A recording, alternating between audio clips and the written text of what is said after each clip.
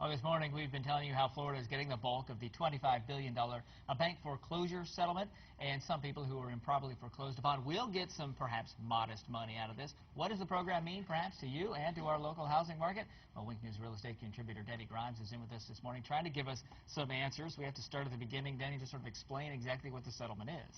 Well, settlement's the right word. It is only a settlement. That's what people need to understand. The 5 major lenders have agreed to a settlement. It has not been made law yet. That'll happen down the road, and it's only for these first 5 big lenders like Bank of America, JP Morgan, Chase, Citigroup, Wells Fargo, and Ally Financial, which is GMAC. Right.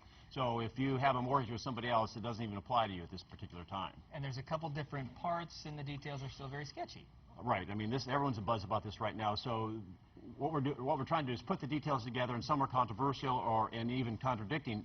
So, but here's how I break it down. There's 2 parts. Number one, if a primary homeowner has lost their home through foreclosure since January of '08 till last year, they may qualify for between $1,500 and $2,000. So the lender or somebody's going to give them a rebate, kind of like a debit card they did in Katrina. Right. The second part is supposed to deal with the folks that are struggling making their payments. So if you have a mortgage, a primary homeowner has a mortgage with one of those 5 lenders, they have set aside a large part of that money to help them with principal reduction.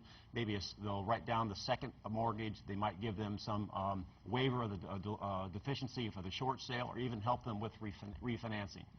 In theory, that's what it's supposed to do. Right, and as you just even outlined that, it's a smaller pool than it sounds like when you hear foreclosure settlement. This is 3 years, 5 banks. Yeah, well, let me tell you what it really means to folks around here. Number one, if you're already in the foreclosure process and you're getting down to the 12th hour, it won't mean anything. This won't take effect for a while. If you're a struggling homeowner and you happen to have one of those mortgage companies and you're a primary home and you would like to be able to stay in your home, this may increase your odds just a tad through the modification.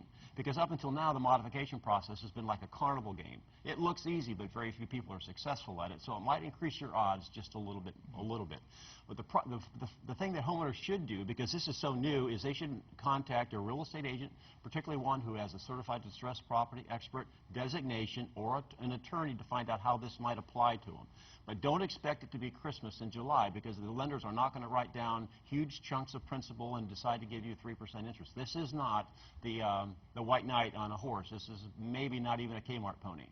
So there's a lot to be learned just about yet. And $26 billion sounds like a lot of money, but it's not. Not with 10 million people that are underwater in their homes. It won't go around. No, it won't. So start to do your homework now, and maybe you'll be lucky enough to be part of it. Yeah, it might help you some. Might help you some. All right, Denny, thanks for kind of breaking it down, letting us know what's in this settlement. We'll come right back, update your weather, traffic, and a couple of today's